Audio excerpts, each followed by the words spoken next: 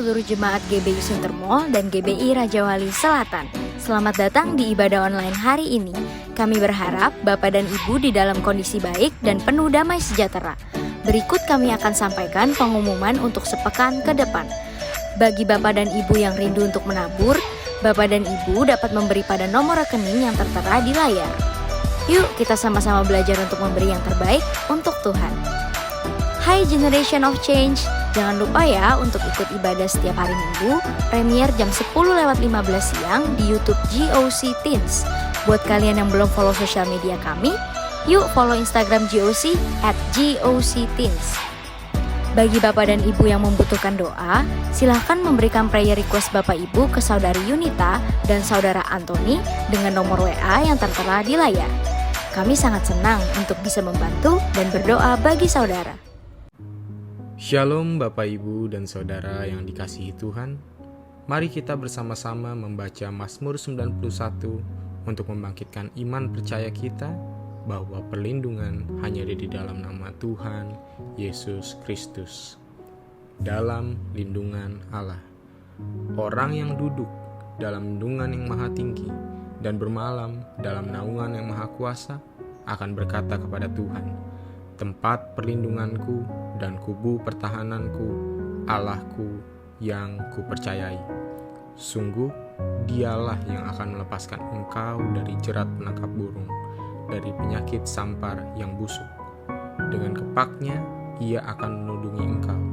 Di bawah sayapnya, engkau akan berlindung. Kesetiaannya ialah perisai dan pagar tembok. Engkau tak usah takut terhadap kedahsyatan malam, terhadap panah yang terbang di waktu siang, terhadap penyakit sampar yang berjalan di dalam gelap, terhadap penyakit menular yang mengamuk di waktu petang. Walau 1.000 orang rebah di sisimu dan 10.000 di sebelah kananmu, tetapi itu tidak akan menimpamu. Engkau hanya menontonnya dengan matamu sendiri dan melihat pembalasan terhadap orang-orang fasik.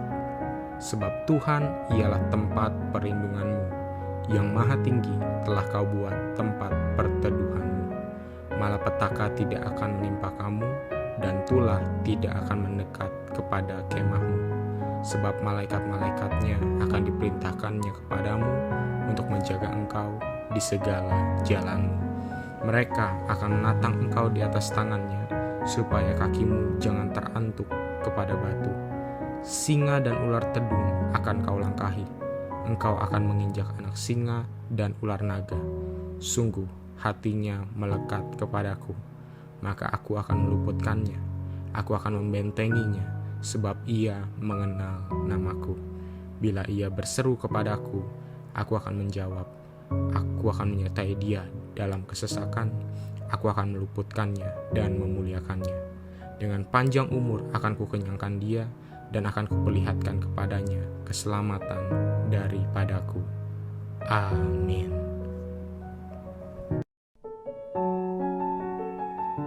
Pentakosta ketiga adalah pencurahan Roh Kudus yang dahsyat di zaman ini, melebihi yang terjadi di Azusa Street. Pentakosta ketiga akan mengakibatkan penuaian jiwa yang terbesar dan yang terakhir sebelum Tuhan Yesus datang kembali. Pentakosta ketiga akan membangkitkan generasi Yeremia, yaitu anak-anak muda yang dipenuhi Roh Kudus, cinta mati-matian kepada Tuhan Yesus, tidak kompromi terhadap dosa, dan akan bergerak untuk memenangkan jiwa. Pentakosta ketiga lahir di Indonesia dan bergerak ke bangsa-bangsa. Gerakan ini dari timur ke barat dan akan kembali ke Yerusalem. Pentakosta ketiga akan memberikan kuasa untuk menyelesaikan amanat agung, dan setelah itu Tuhan Yesus datang kembali.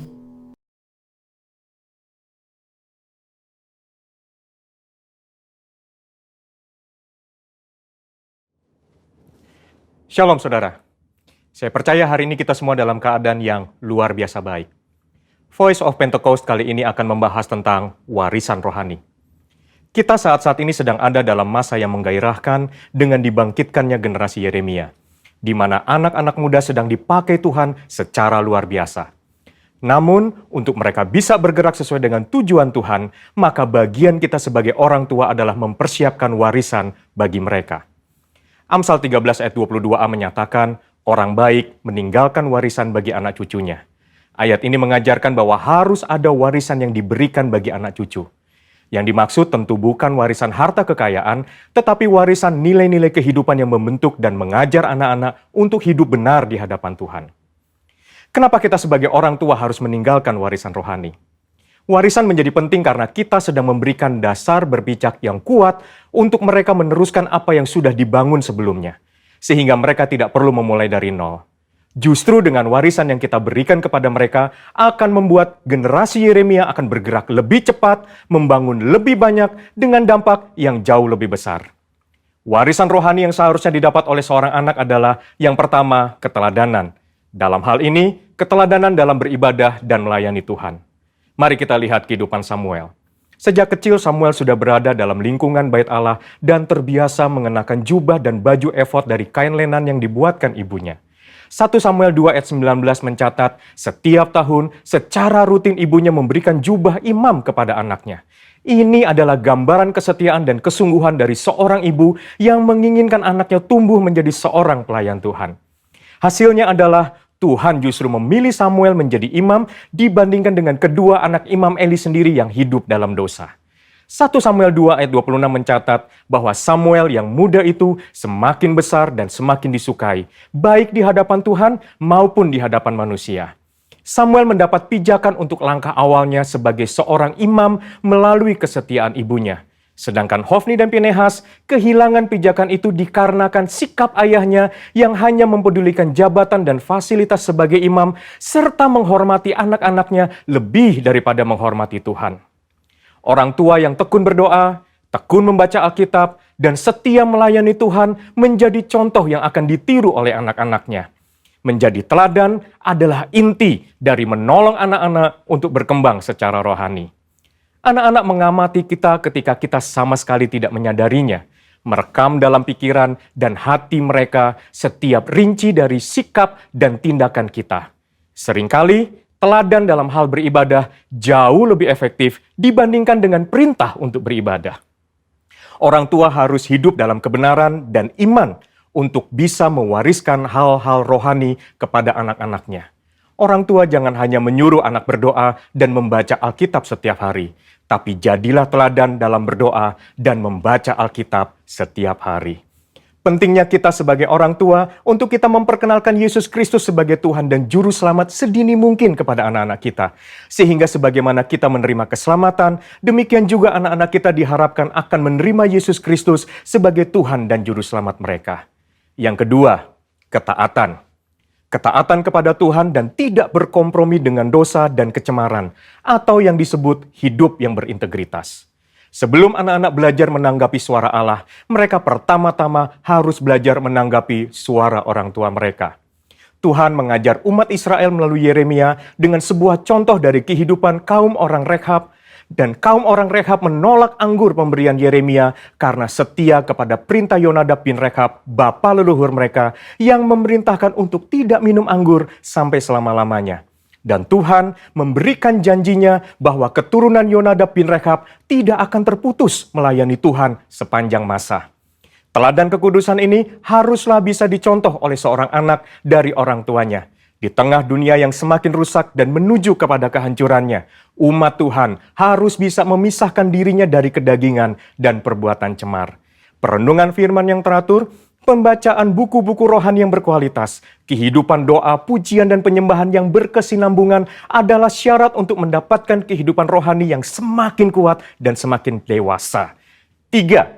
Kasih, yaitu kasih mula-mula, kasih yang mendalam kepada Kristus. Kasih adalah dasar dari kehidupan orang percaya.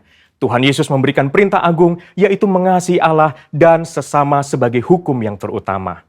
Orang tua yang mengasihi Tuhan harus dapat mempraktekkan kasih itu di tengah-tengah keluarganya. Seorang ayah yang mengasihi istrinya dan seorang ibu yang menghormati suaminya menjadikan seorang anak hidup dalam kasih dan memudahkannya mengenal kasih Bapa di dalam Yesus Kristus.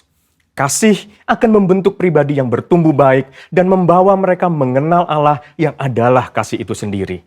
Ketika anak dipenuhi oleh kasih, maka anak akan memiliki rasa aman yang sangat dibutuhkan untuk mereka bisa mengembangkan potensinya secara penuh. Hasilnya akan memunculkan generasi unggul yang akan mentransformasi bangsa Indonesia melalui karakter, pengetahuan, dan kemampuan yang mereka miliki. Untuk anak-anak muda, ayo kita perhatikan dengan sungguh-sungguh apa yang sedang ditanamkan oleh otoritas di atas kita di dalam kehidupan kita. Ada orang tua yang memberikan arahan kepada kita. Ada gembala yang mengajarkan kehidupan doa, pujian, dan penyembahan. Ada mentor, guru rohani. Mereka semua adalah orang-orang yang Tuhan kirim dalam kehidupan kita untuk menuntun kita masuk dalam rencana Allah yang luar biasa. Biarlah generasi Yeremia yang dipenuhi Roh Kudus, cinta mati-matian kepada Tuhan Yesus, tidak kompromi terhadap dosa, dan akan bergerak untuk memenangkan jiwa, akan muncul dengan warisan rohani dari pendahulunya. Untuk penjelasan lengkapnya dari tim teologi kami, silakan klik link yang ada di atas atau scan QR Code yang tersedia. Salam integritas, Tuhan Yesus memberkati.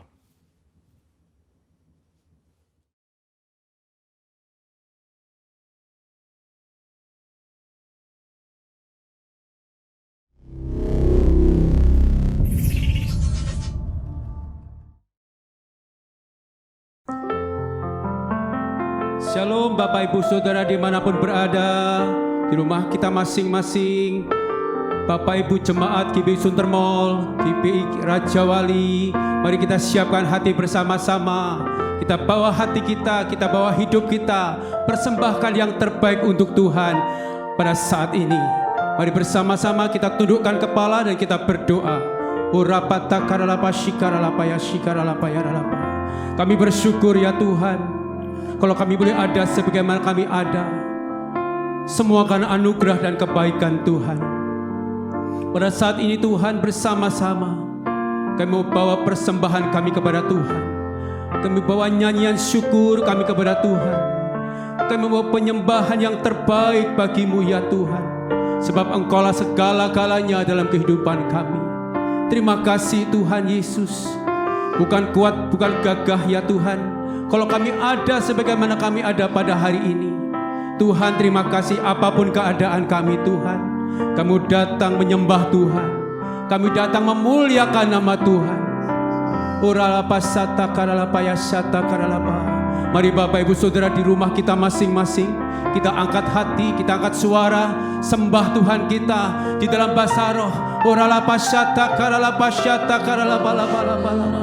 Horapata karala bashanda yarala bayala bayalama. Horapata karala bosyaralama. Haleluya. Kami sembah, kami sanjung Engkau, Yesus Tuhan. Orala bayasanda yaralama. Haleluya.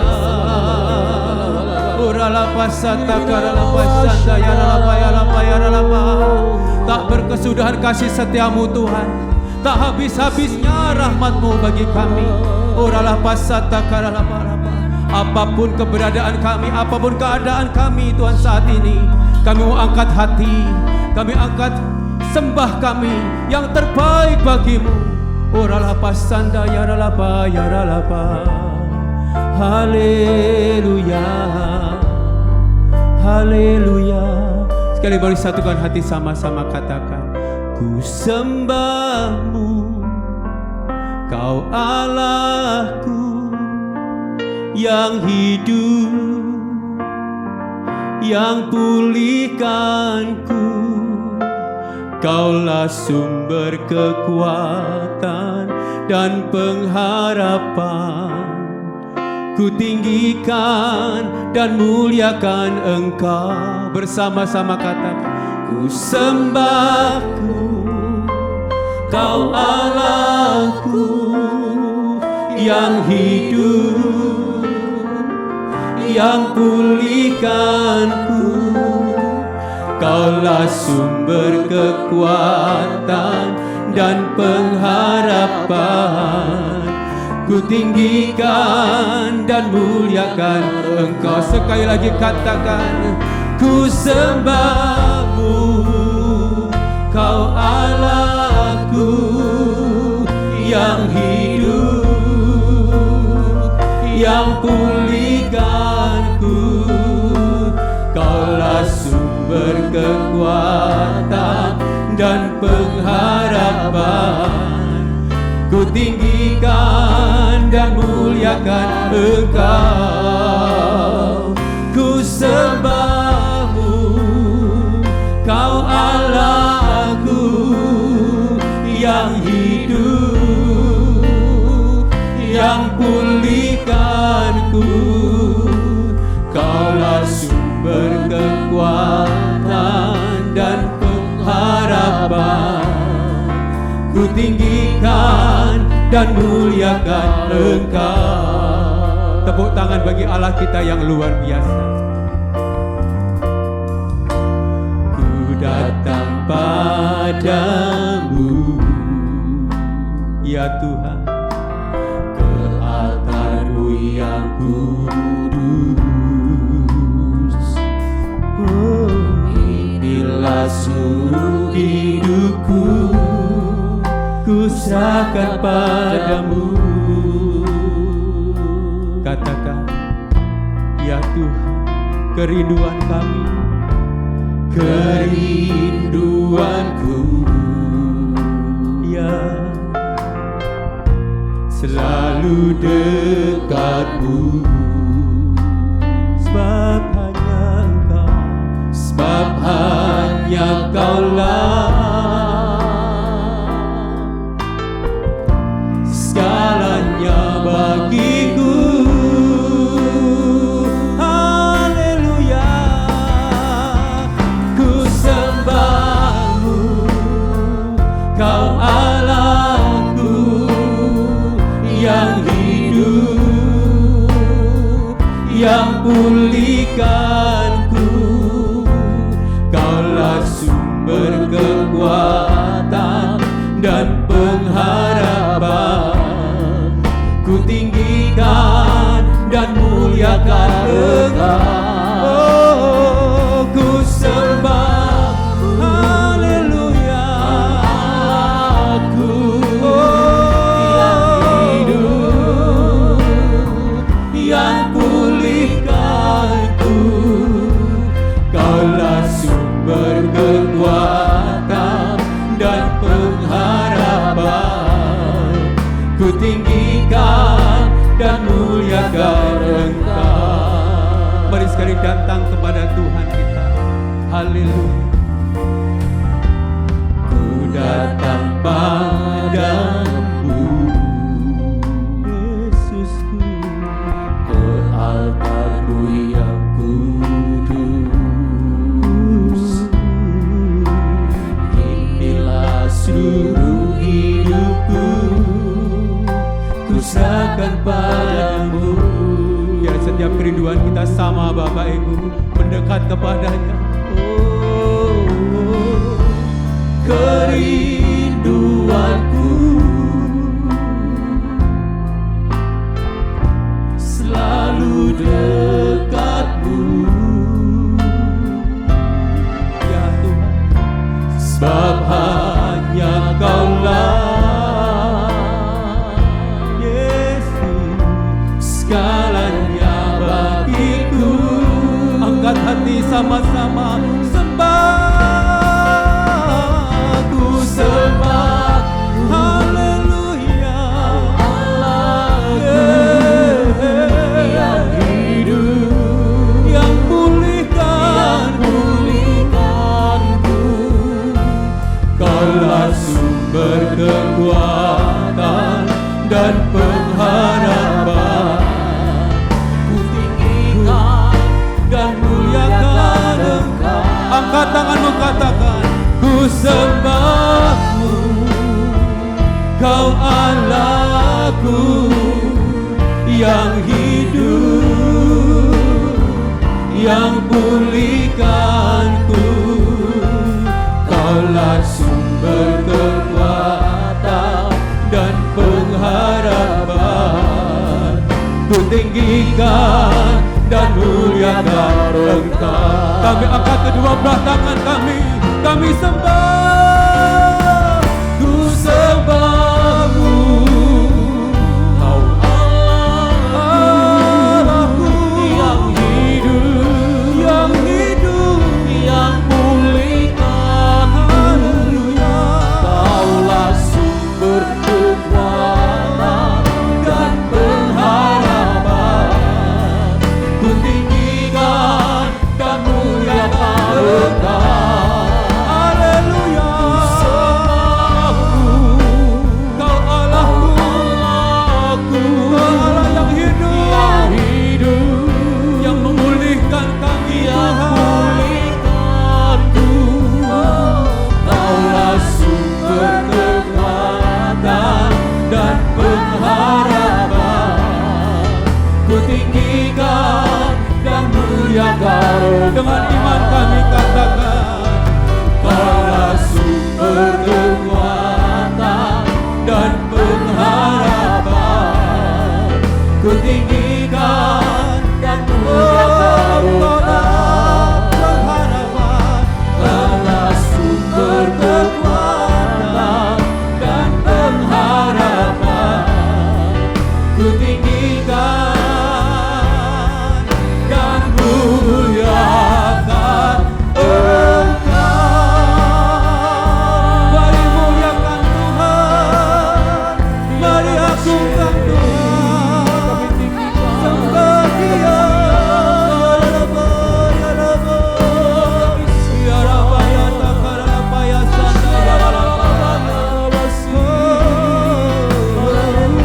Mari yang letih lesu, berbeban berat, datang padanya. Haleluya. Yang sakit, yang alami pergumulan, yang alami persoalan, datang pada Tuhan.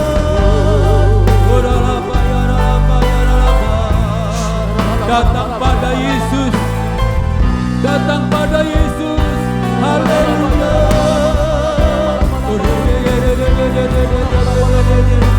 Ya ralaba, ya ralaba, ya ralaba. Haleluya.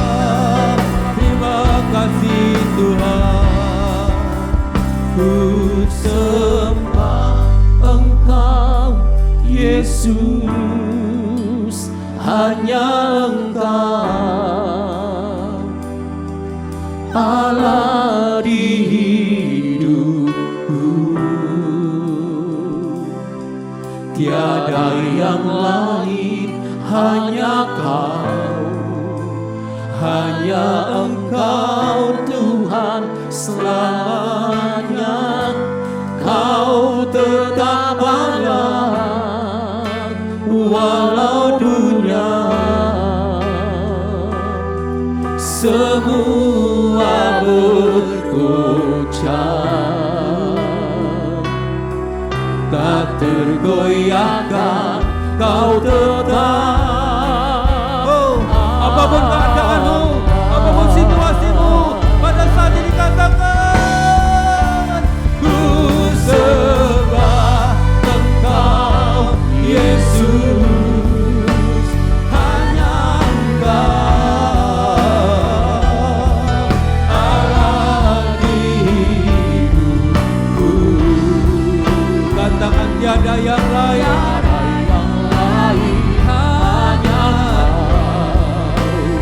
hanya Engkau Tuhan selamanya.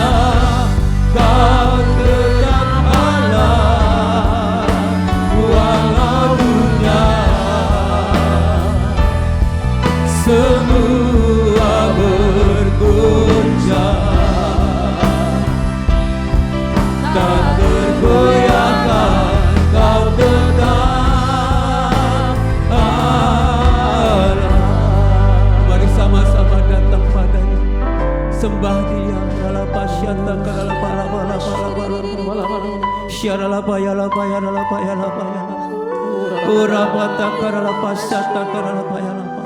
Firman-Mu dengan jelas berkata Tuhan di dalam Mazmur 91 pasal yang terakhir, Tuhan berkata Tuhan, Oh Tuhan, Engkaulah Tuhan perlindungan kami, Engkaulah Tuhan kekuatan kami.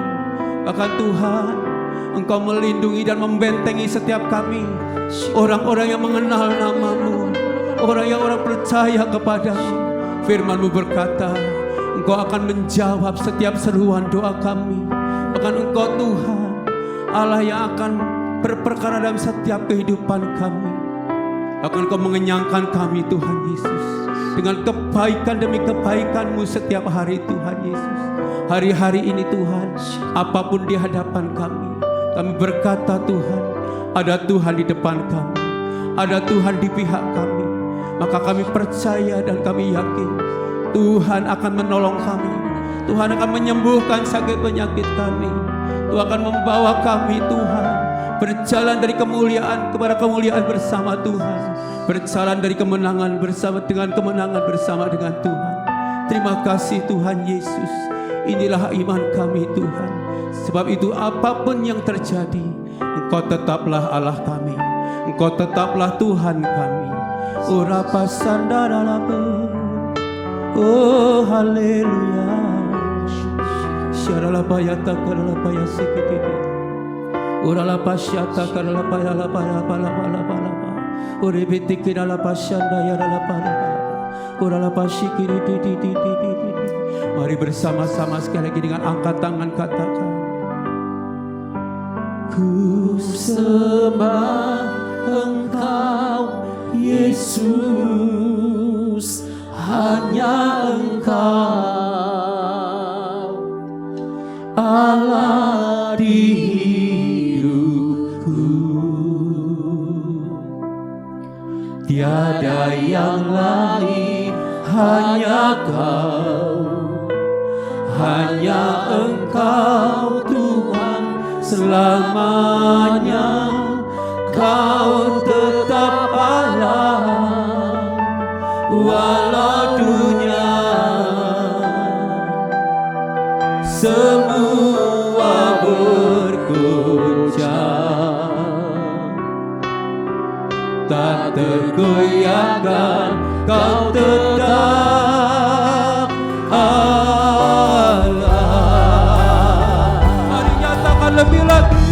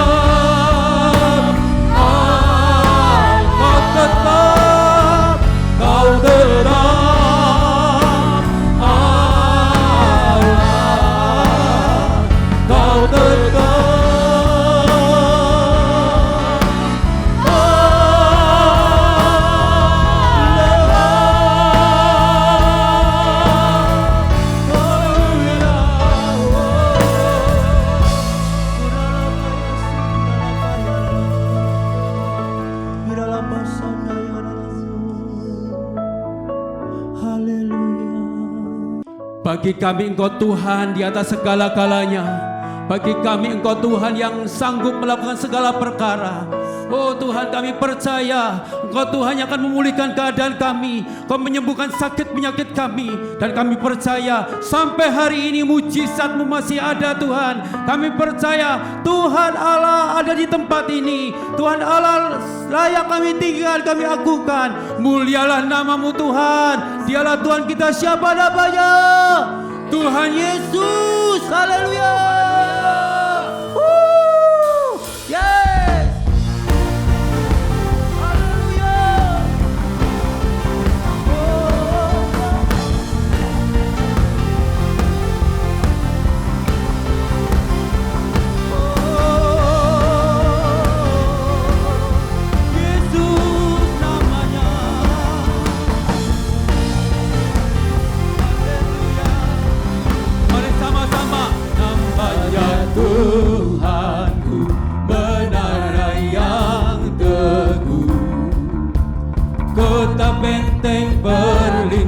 perlindunganku, Allah yang perkasa, Dia Bapa yang kekal, gunung batu keselamatanku.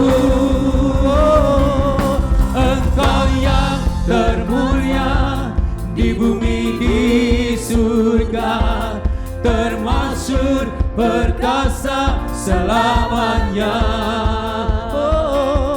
Engkau yang berkuasa di dalam segala hal, ada kuasa dalam nama Yesusku. Haleluya, namanya Tuhanku, namanya Tuhanku, menara yang teguh, kuna benteng perlindunganku. Katakan Allah yang perkasa, Dia Bapa yang kekal, gunung batu keselamatanku. Engkau yang termulia di bumi di surga, termasyhur perkasa selamanya. Haleluya, Engkau yang berkuasa di dalam segala hal, ada kuasa dalam nama Yesusku. Katakan sama-sama, nama di atas segala nama, nama yang telah membebaskanku.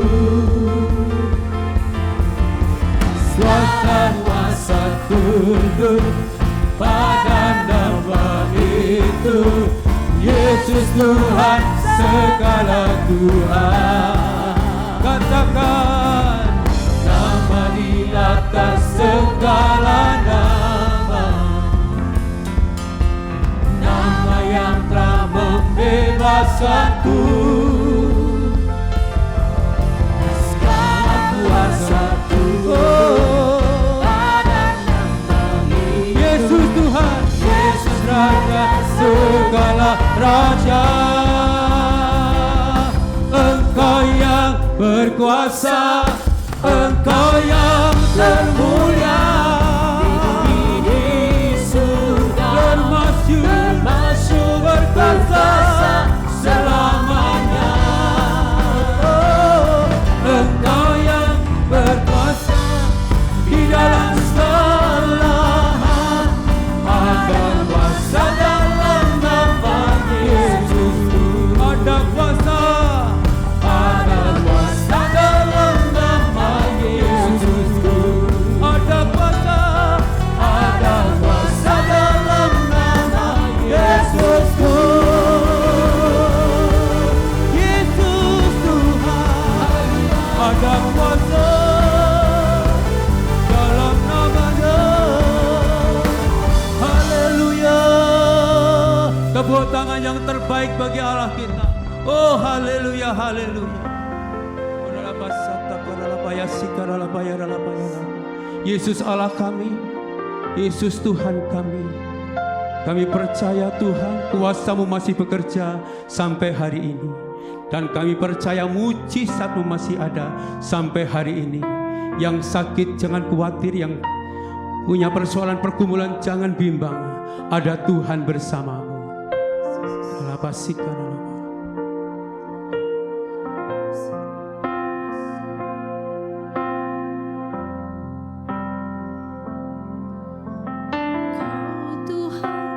Jadi andalanku, hanya Kau Tuhan yang ku percaya. Di saat aku sudah tak mampu, hanya Yesus sanggup melakukannya. Aku percaya ada mujizat, Aku percaya Tuhanku dahsyat, perbuatan ajaib telah dikerjakannya. Aku percaya ada mujizat. Mari nyanyi dengan iman. Masih ada mujizat Bapak Ibu. Kau Tuhan jadi andalanku, hanya Kau Tuhan yang ku percaya. Di saat aku sudah tak mampu, hanya Yesus sanggup melakukannya. Katakan kembali, aku percaya. Aku percaya ada mujizat. Aku percaya Tuhanku dahsyat, perbuatan ajaib telah dikerjakannya. Aku percaya ada mujizat. Mari sambil angkat tangan, katakan kepada Tuhan, aku percaya. Aku percaya Ada mujizat. Aku percaya Tuhanku dahsyat, perbuatan ajaib telah dikerjakannya. Aku percaya. Sekali lagi kita bahasa roh sama-sama. Sembah Tuhan.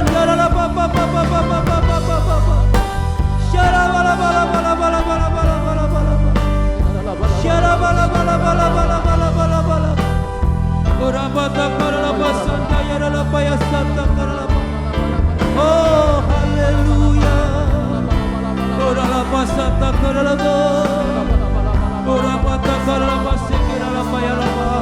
Kami percaya mujizat-Mu masih ada, mujizat-Mu masih bekerja Tuhan sampai hari ini. Oh, tidak ada yang mustahil bagi Tuhan, tidak ada yang sukar bagi Tuhan. Lawat kami, pulihkan kami, kuatkan kami, sembuhkan kami, ya Tuhan. Oh, dengan iman katakan, Aku percaya ada mujizat.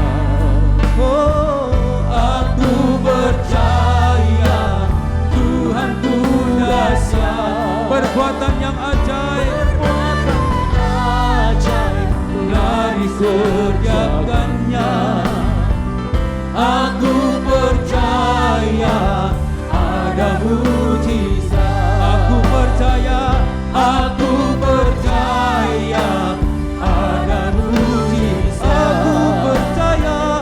Aku percaya ada mujizat. Oh, Ya. haleluya, haleluya. Jesus.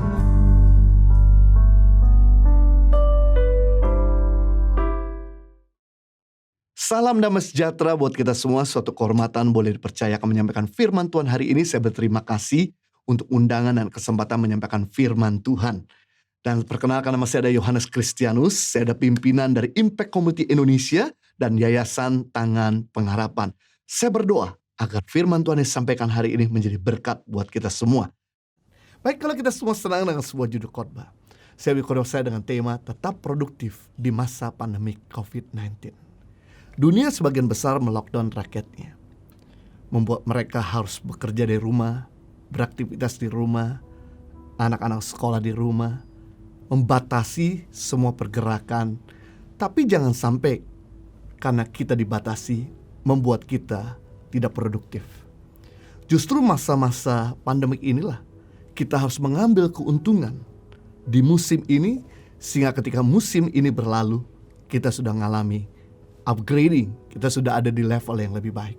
Jangan sampai masa pandemik ini mengambil keuntungan buat kita. Itu sebabnya Tuhan memberikan pada kita talenta dan kemampuan untuk kita kembangkan. Ada 3 alasan kenapa Tuhan memberikan kemampuan, kenapa Tuhan memberikan talenta, kenapa Tuhan memberikan skill. Yang pertama, tujuan Tuhan memberikan skill, talenta, agar kita bisa mencari nafkah. Dengan karunia saudara bernyanyi, main musik, saudara bisa cari nafkah. Dengan talenta saudara dagang, saudara bisa cari nafkah. Dengan talenta saudara bahkan bahasa, communication, desain, dan sebagainya, Anda bisa mencari nafkah. Tujuan kedua, Tuhan memberikan talenta kepada kita agar kita gak perlu jadi benalu buat hidup orang lain, agar kita jangan jadi peminta-minta. Untuk sementara waktu kita disupport sama orang tua karena masih sekolah, that's fine, gak ada masalah. Untuk sementara waktu kita masih disupport sama orang lain karena kita baru saja bangkrut, is okay. Tapi bukan untuk selamanya kita bergantung sama orang lain. Itu sebabnya Tuhan memberikan kepada kita talenta, kemampuan atau skill agar kita bisa berdiri di atas kaki kita sendiri. Tujuan yang ketiga, Tuhan memberikan talenta atau kemampuan agar kita bisa jadi berkat buat orang lain. Dengan karunia saudara dagang, saudara bisa ngajarin orang berusaha atau dagang, akhirnya menciptakan lapangan pekerjaan. Dengan karunia saudara masak, saudara bisa ngajarin ibu-ibu, akhirnya ibu-ibu tersebut bisa masak lebih nyaman lagi di rumah dan membuat suami dan anak-anak betah dan kerasan di rumah. Dengan karena saudara desain, IT, komputer, saudara bisa ngajarin orang sehingga orang tersebut bisa punya posisi lebih tinggi. Tujuan Tuhan memberikan talenta agar kita bisa memberkati yang lain. Bisa bayangkan apa yang terjadi kalau talenta Anda dikembangkan, maka yang terjadi nafkahmu akan semakin besar. Kita makin kokoh berdiri di atas kaki kita sendiri. Dan yang ketiga, kita bisa jadi berkat buat lebih banyak lagi orang.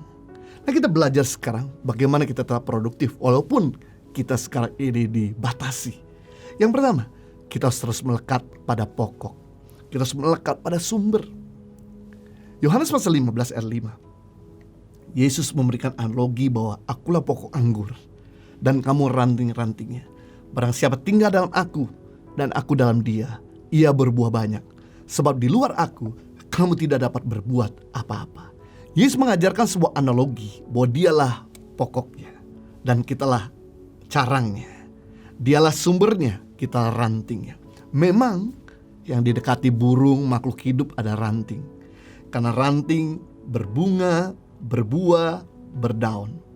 Tapi seandainya ranting tersebut merasa bahwa dia bisa berdiri tanpa sumber, dia lepas daripada pokoknya, maka ranting tersebut lama-kelamaan akan kering dan segera mati. Namun sebaliknya, sekalipun ranting itu gundul, gak produktif, tapi kalau dia dicangkokkan pada sumber, maka ranting tersebut akan produktif, berbunga, berbuah, dan berdaun. Mungkin Anda merasa bahwa saya lahir dari keluarga tidak berada, saya bukan orang yang fasih bicara, saya bukan orang yang pintar di generasi. Tapi saya beritahu, selama engkau nempel pada sumber yang tepat, maka engkau akan tetap produktif. Sebaliknya, mungkin Anda merasa bahwa Anda adalah orang yang mampu, Anda dilahirkan dari keluarga yang berada, Anda fasih bicara, Anda mungkin merasa bahwa Anda pintar, Anda tidak butuh Tuhan, maka lama-kelamaan Anda tidak lagi jadi produktif. Kita bisa melihat di dalam Alkitab, ada begitu banyak tokoh-tokoh di mana latar belakang mereka adalah orang-orang yang punya latar belakang buruk. Mereka bukan orang-orang yang hebat. Mereka adalah orang-orang yang punya karakter bahkan parah.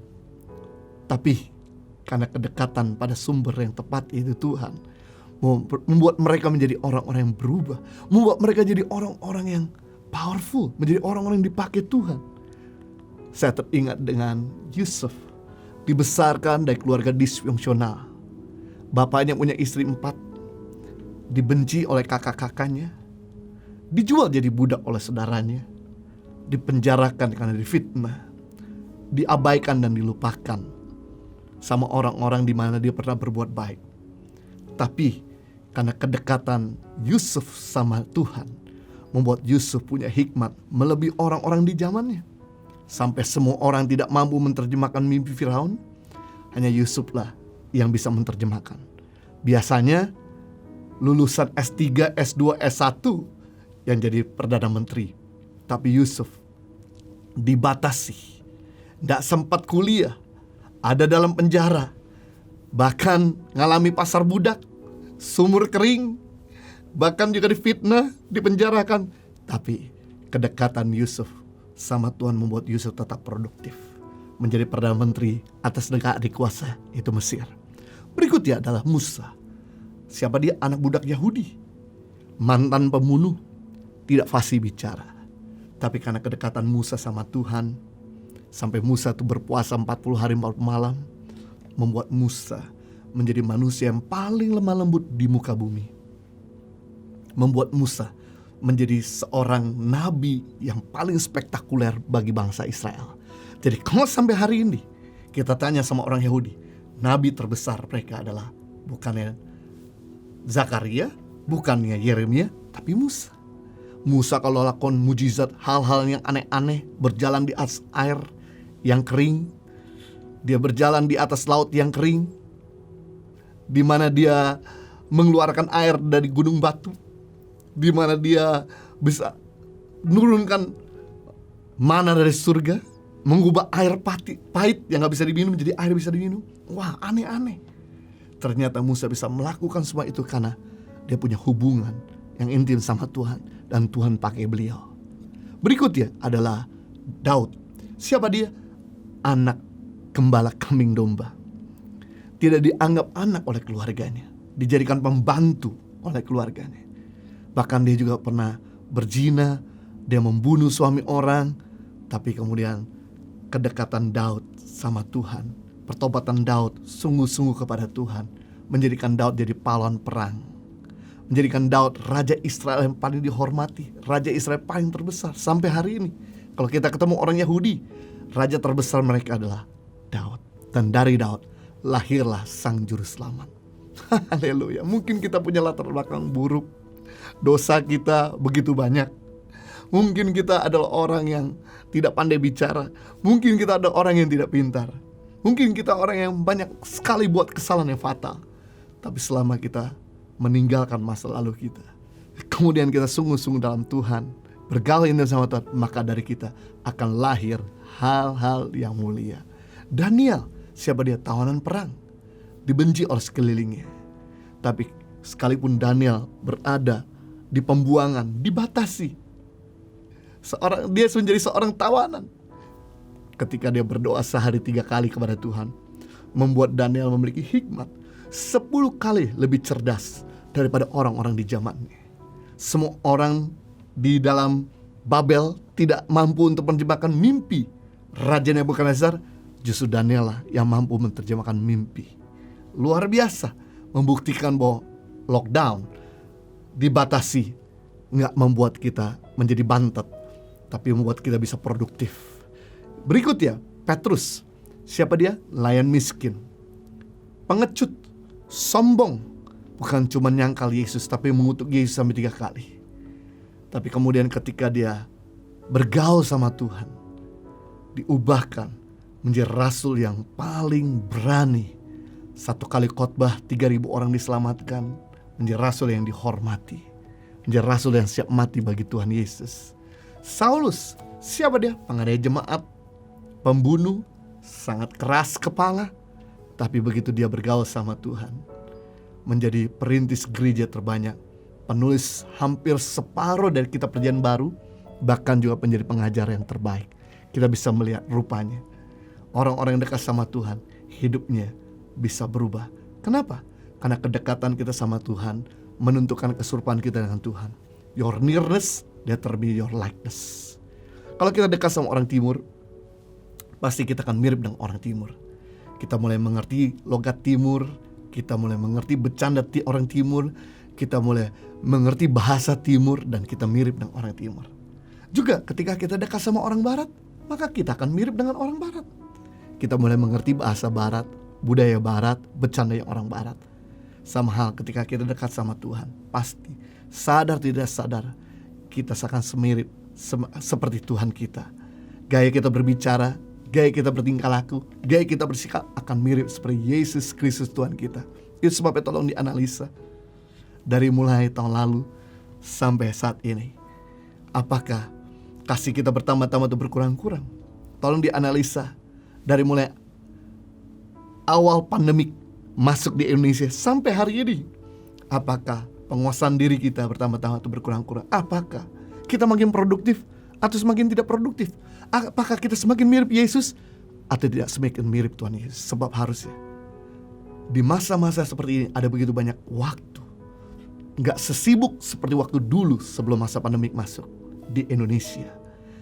Disinilah waktunya dimana kita bisa bergaul intim sama Tuhan, membuat kita mirip sama Tuhan, dan membuat kita semakin produktif, semakin cemerlang, semakin baik. Yang kedua, bagaimana untuk kita tetap produktif di masa pandemi COVID-19? Menjadi pelaku kebenaran, bukan cuma jadi pendengar.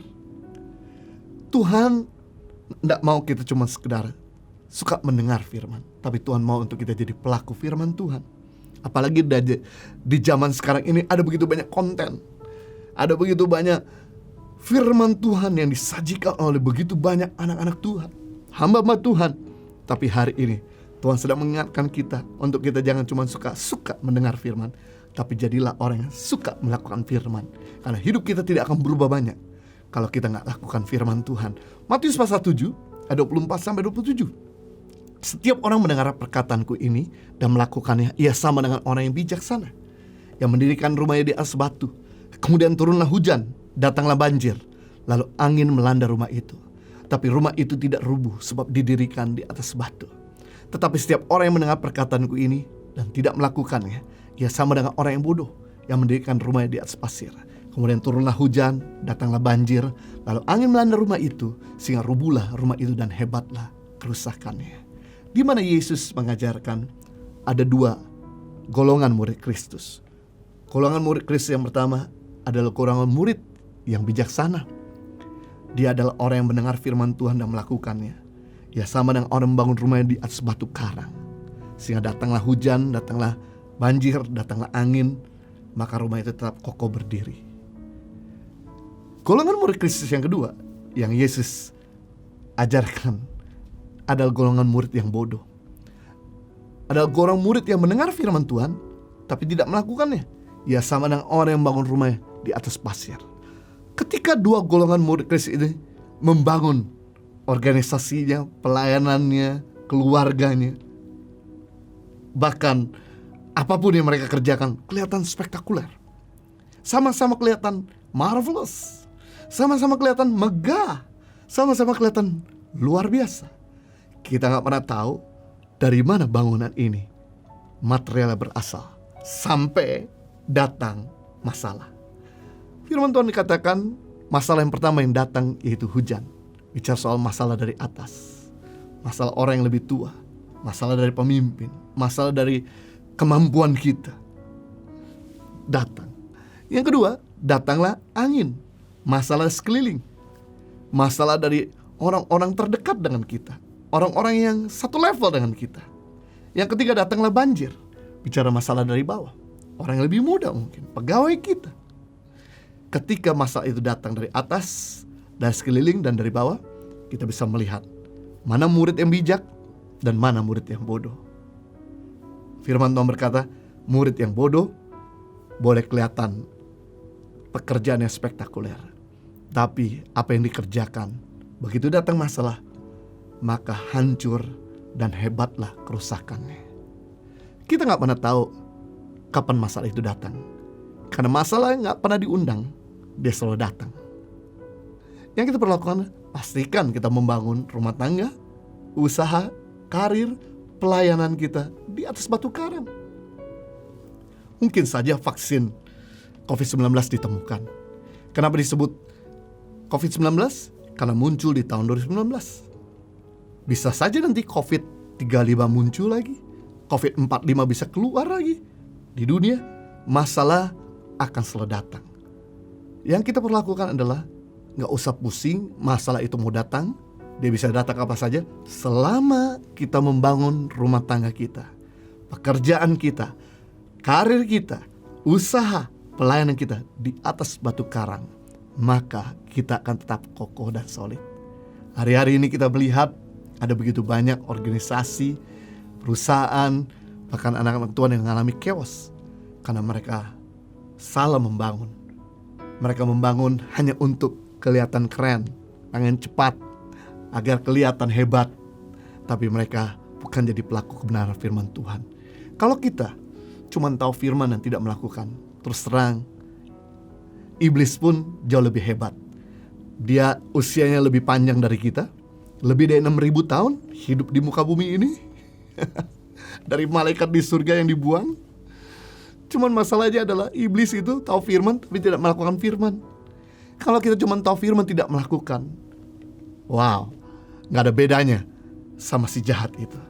Itu sebabnya kita perlu belajar hari ini. Jangan cuma jadi pendengar firman, tapi jadi pelaku firman. Karena gak ada orang yang kebal sama dosa.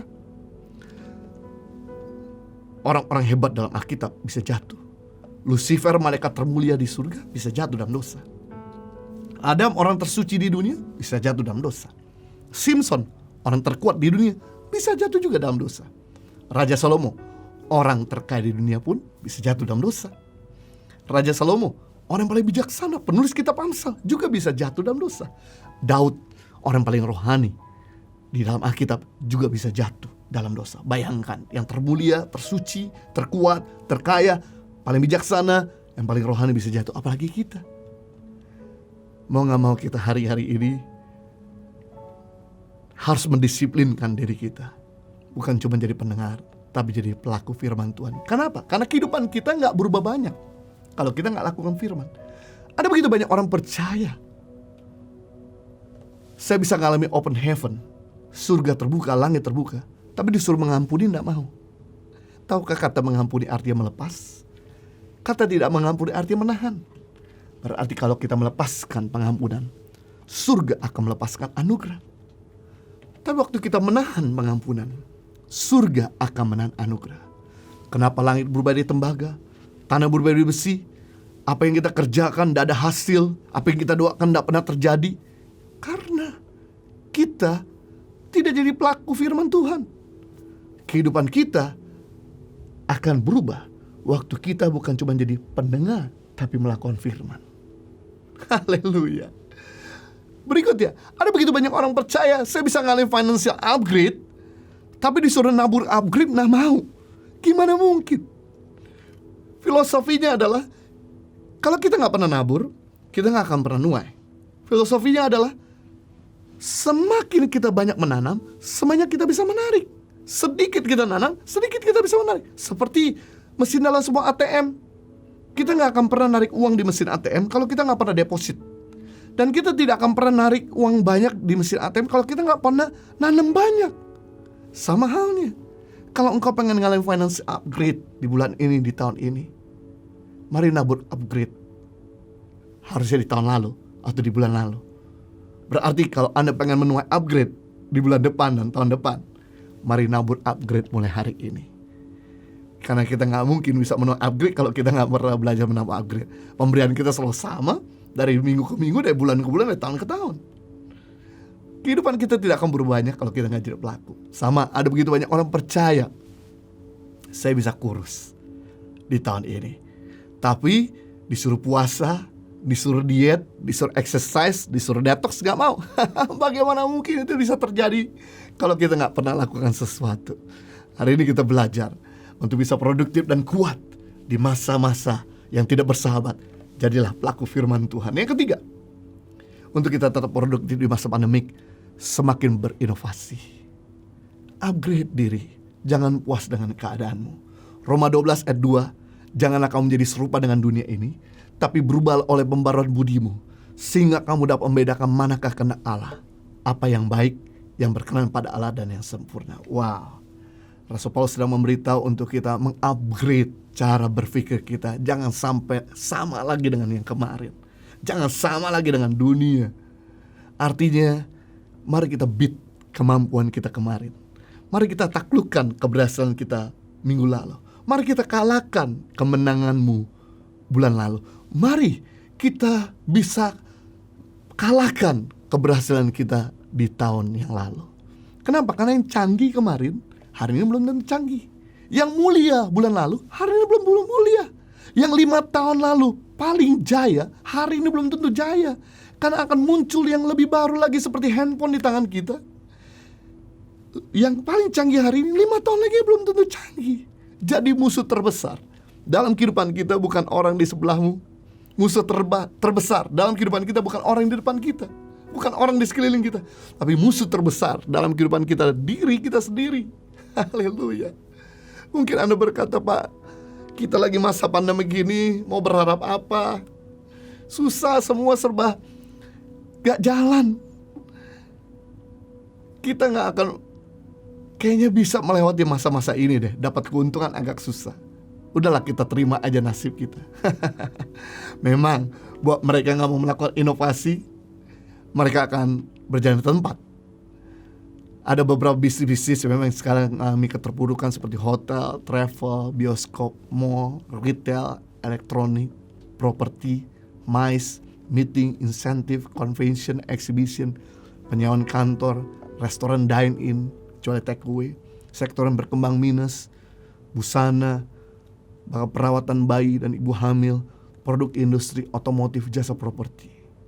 Walaupun memang keadaan tidak bersahabat, kita gak bisa salahkan keadaan. Kita lakukan adalah kita beradaptasi. Kita selaku inovasi. Kenapa?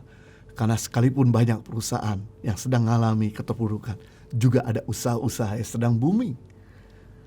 Seperti e-commerce, remote working, logistik, online schooling, webinar, online training, Netflix, IndiHome, telco, telemedicine, cleaning service. Bahkan juga 4 kategori grup produk yang tumbuh signifikan seperti hand sanitizer, sabun tangan cair, antiseptik, tisu basah dan sebagainya. Jadi pilihannya 2. If you not innovate, you will die. Kalau Anda gak berinovasi, Anda akan mati. Pilihan 2. Anda mau berinovasi sekarang, Anda harus bergerak sekarang, gak bisa diam di tempat, atau Anda mati. Bahkan Charles Darwin, seorang tokoh evolution, pernah berkata, bukan spesies yang terkuat yang mampu bertahan hidup, tapi spesies yang bisa beradaptasi, yang bisa mampu bertahan hidup. Bayangkan binatang dinosaurus, long neck T-Rex, betapa powerfulnya, betapa besarnya, betapa ganas dan buasnya. Tapi sekarang batang hidungnya udah gak ada. Kenapa? Karena tidak mampu beradaptasi. Jadi fosil. Tapi binatang-binatang yang bisa beradaptasi, dia adalah binatang-binatang yang terus bisa bertahan hidup sampai hari ini. Sama dengan kehidupan kita. Kita lihat sekarang ini ada begitu banyak perusahaan-perusahaan yang tiba-tiba kita gak sangka-sangka tutup, bangkrut, besar, luar biasa, kuat, kenceng dan ini. Tapi akhirnya menyatakan pilot. Kenapa? Karena mereka tidak bisa beradaptasi. Jangan sekedar kita mampu beradaptasi musim dingin pakai jaket, musim panas pakai celana pendek. Bukan itu. Beradaptasi artinya kita mampu menyesuaikan diri dengan keadaan, tidak menyalahkan keadaan.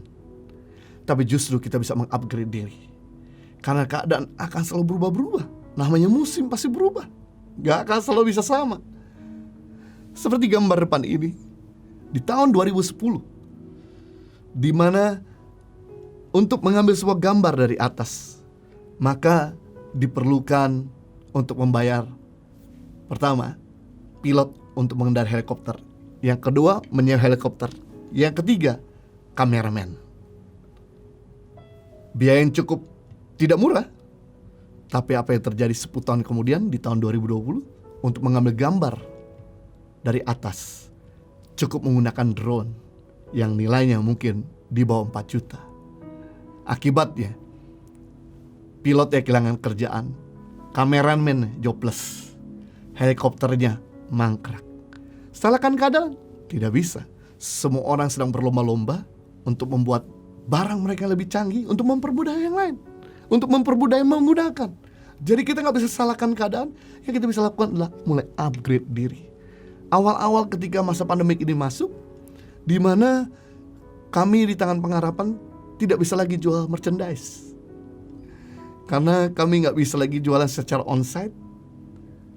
Dan dana yang masuk pun agak sedikit terganggu karena beberapa donatur kami juga usahanya mengalami goncangan. Apakah kami salahkan keadaan? No way. Yang kami lakukan, kami putar otak. Kita coba jualan online. Tapi karena bukan bidang kami, akhirnya kami berdarah-darah, tidak berhasil. Akhirnya kami doa lagi. Dan kemudian saya diingatkan, yaitu anak rohani kami. Dan juga dia adalah orang yang kami mentor. Tapi dia berhasil dalam e-commerce. Saya gak sungkan-sungkan, sekalipun saya lebih tua, sekalipun saya mungkin ada di atas dia dalam usia, dalam pelayanan. Saya telepon dia dan saya berkata dengan rendah hati, tolong bimbing kami, tolong ajarin kami. Dan kemudian dia bimbing kami, coaching kami. Dan akhirnya kita bisa sekarang ngalami terobosan demi terobosan, jual secara online. Amazing. Jadi grow is painful, change is painful, but nothing is painful since stuck somewhere you don't belong. Bertumbuh melukai, berubah menyakitkan, tapi tidak ada lebih menyakitkan kalau kita tinggal dalam keadaan yang sama. Kalau orang ini di dalam gambar, di mana dia cuma murung, stuck, duduk diam, gak buat sesuatu, gak berusaha untuk naik, maka 100% dia akan mati kelaparan. Tapi kalau dia berusaha untuk berjuang, untuk keruk tanah, untuk naik ke atas, maka 50-50. 50% dia akan hidup, 50% dia akan mati. Tapi kalau ada Tuhan, pasti Tuhan akan tolong, Tuhan pasti akan bantu. Jadi kita gak bisa hanya cuma mengandalkan keadaan, tapi kita harus menciptakan keadaan untuk bisa bersahabat dengan kita. Amazing. Yang keempat, terakhir, bagaimana kita tetap produktif di masa pandemik? Semangatlah untuk menolong. Karena orang yang menolong, dia produktif. Orang yang menolong, dia semakin bergairah. Orang yang menolong, bahkan yang menarik, lebih sehat, bahkan angka kematian lebih rendah. Amazing, lebih produktif. Sebuah data diambil di bulan Juni tanggal 11 2020. Volunteering, the health retirement study terhadap hampir 13.000 orang berkesimpulan bahwa volunteer sangat bermanfaat buat kesehatan. Para pensiun yang melakukan kerja sosial sekitar 2 jam per minggu cenderung memiliki kesehatan fisik dan mental lebih baik. Bahkan angka kematian lebih rendah pada masa wabah COVID-19. Seperti sekarang ini ada begitu banyak kesempatan untuk kita menjadi volunteer. Saatnya untuk kita menjadi berkat, karena kita diberkati untuk jadi berkat. Firman Tuhan berkata dalam Roma 15 ayat 1, kita yang kuat wajib menanggung orang yang tidak kuat. Dan janganlah kita mencari kesenangan diri kita sendiri. Momen-momen seperti ini, waktu-waktu seperti ini, bukan waktunya kita berfoya-foya, tapi waktunya untuk kita berbagi. Kita masih punya pekerjaan, bantulah buat mereka yang kehilangan pekerjaan. Kita yang sehat, bantulah buat mereka yang tidak sehat. Kita yang masih bisa sekolahkan anak, bantulah buat mereka yang gak bisa sekolahkan anaknya. Kita yang masih bisa makan, bantulah buat mereka yang gak bisa makan. Kalau kita gak pernah buat sesuatu, keadaan ini akan lebih parah. Dimana masuk gelombang kedua setelah COVID itu bencana kelaparan. Karena ketika kita gak membantu mereka, maka keadaan dunia ini akan lebih buruk. Mereka akan melakukan hal-hal yang anarkis. Dimana saya teringat beberapa waktu yang lalu ada seorang bapak-bapak yang digebukin karena dia ketangkap mencuri laptop. Dan kemudian dimasukkan di dalam kantor polisi dan dipukuli juga di sana. Waktu ditanya, kenapa kamu mencuri laptop? Karena sejak masa pandemik, anak saya harus sekolah lewat komputer, lewat online. Saya gak punya uang untuk membelikan laptop. Itu sebabnya saya mengambil laptop ini. Satu sisi, bahwa bapak ini berjuang supaya bisa sekolahkan anaknya. Tapi satu sisi dia gak punya uang. Itu sebabnya dia melakukan hal-hal yang anarkis. Bapak, ibu, dan sahabat saya, kalau kita mau hidup tenang di negara ini, hidup damai di kota kita, mari sekarang waktunya untuk kita membantu, menolong. Sebab gelombang yang kedua yang terjadi selain pandemik, yaitu gelombang kelaparan. COVID-19 pandemik berpotensi menyebabkan 250 juta manusia mengalami kelaparan. Bila tidak ada upaya yang serius, dikhawatirkan 30 juta dari mereka yang mengalami kelaparan akan meninggal dunia. Jumlah ini jauh lebih besar dibandingkan kematian akibat COVID-19 itu sendiri. Bahkan hari-hari ini di Jepang, angka bunuh diri lebih tinggi daripada angka orang yang kena COVID-19. Sungguh mengerikan, karena mereka gak sanggup lagi untuk bisa bertahan, untuk mereka bisa melihat masa depan dalam kondisi seperti ini. Bahkan ini bukan terjadi di Afrika, ini bukan terjadi di Indonesia 100 tahun yang lalu, tapi ini terjadi beberapa bulan yang lalu di Indonesia, di mana 2 anak kakak beradik di Gelombang Muara Enim, Sumatera Selatan kelaparan meminta nasi kepada aparat. Saat ditemui aparat, salah seorang warga tampak terkulai lemas di atas ranjang. Tubuhnya tampak lemah, kurus kering hingga terlihat tulang. Karena kelaparan, karena gak bisa makan berminggu-minggu, berhari-hari, mengakibatkan tubuh mereka seperti tulang dibungkus oleh kulit.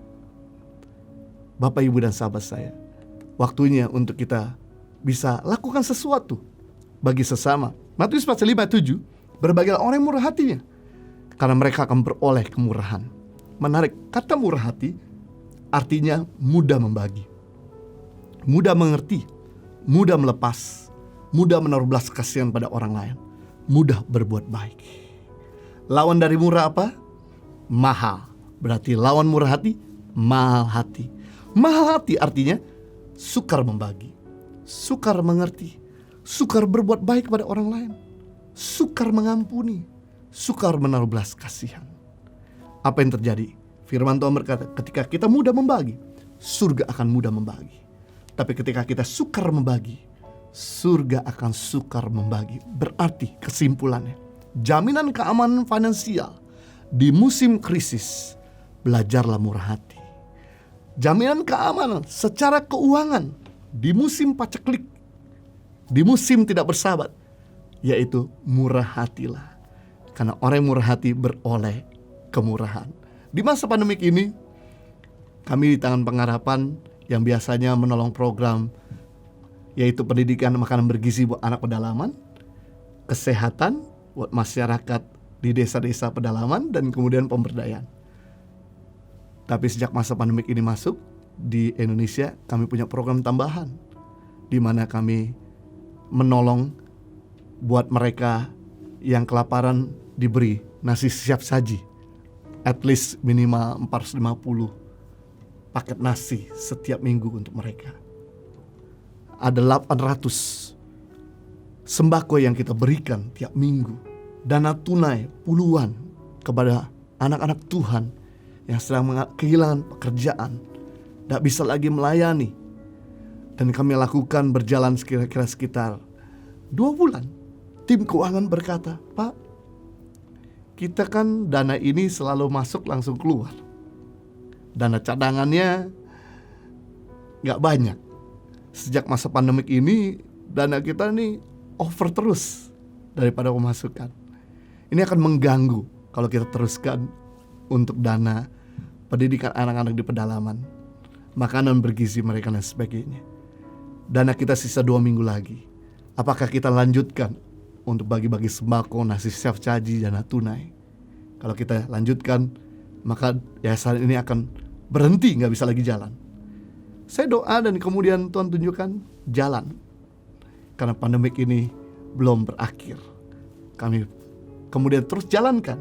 Yang menarik, sampai dengan hari ini sudah puluhan minggu kami lalui. Kami bisa terus menolong, memberi makanan siap saji, sembako, dana tunai.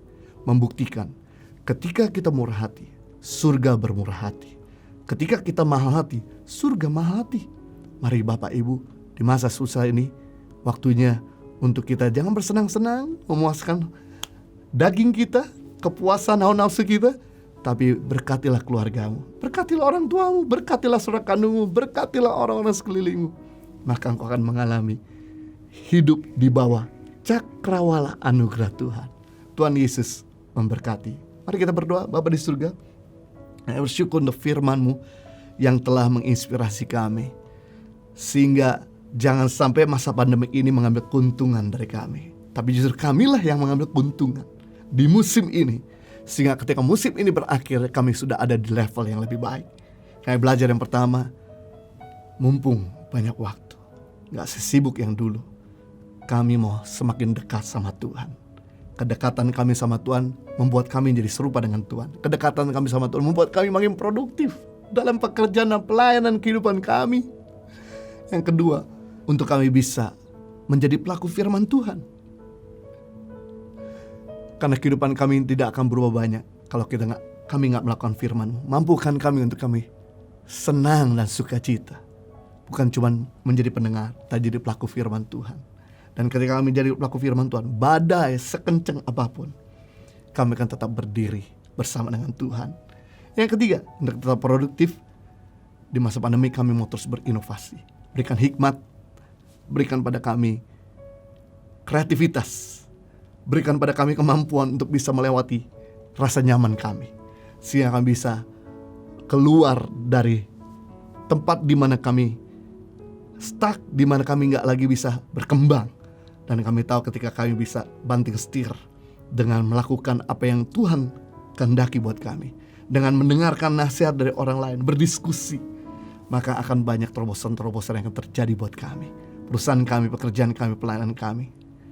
Yang keempat, kami belajar untuk kami tetap produktif. Kami belajar untuk senang memberi, senang menolong. Karena dengan demikian bukan cuma orang lain diuntungkan, kami pun diuntungkan. Lebih sehat, lebih produktif, lebih semangat, lebih bergairah, bahkan juga makin diberkati. Sehingga kami boleh berjalan mulai sekarang sampai selamanya, from glory to glory, success to success, victory to victorious. Demi nama Yesus, kita semua sudah diberkati, sama-sama katakan amin. Bapak Ibu Saudara sekalian yang dimanapun Bapak Ibu Saudara berada, mari kita siapkan hati kita untuk menerima doa berkat pada hari ini. Ini aku Tuhan, utuslah aku sampai generasiku diselamatkan. Ini aku Tuhan, utuslah aku sampai generasiku diselamatkan. Ini aku Tuhan, utuslah aku sampai generasiku diselamatkan. Ini aku Tuhan, utuslah aku sampai generasiku diselamatkan. Kiranya Engkau memberkati aku berlimpah-limpah dan memperluas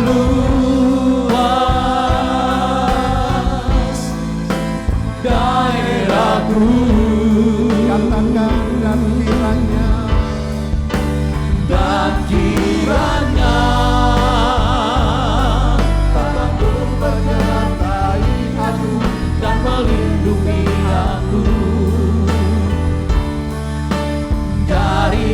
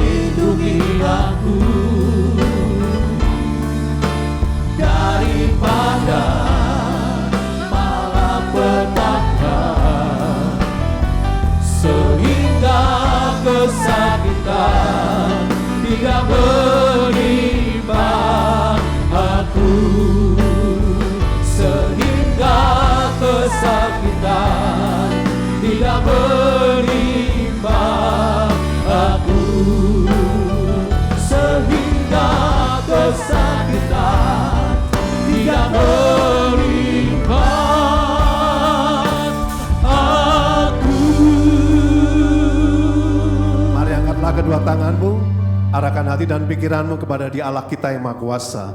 Engkau adalah kekasih Allah, Engkau adalah biji mata Allah. Terimalah berkat berkelimpahan Tuhan anugerahkan dalam kehidupanmu. Ada berkat damai sejahtera, berkat sukacita Tuhan penuhkan dalam hati dan pikiranmu. Ada berkat perlindungan Tuhan anugerahkan dalam segala aspek dalam kehidupanmu. Ada berkat keberhasilan menyertai setiap usaha pekerjaanmu. Bahkan berkat kesehatan Tuhan anugerahkan dalam tubuh jasmanimu. Terimalah dari Bapa di surga melalui anak yang tunggal Tuhan kita Yesus Kristus. Dan persekutuan yang manis dengan Allah Roh Kudus menyertai kehidupanmu mulai hari ini sampai selama-lamanya. Setiap kita yang percaya dan diberkati bersama-sama katakan amin.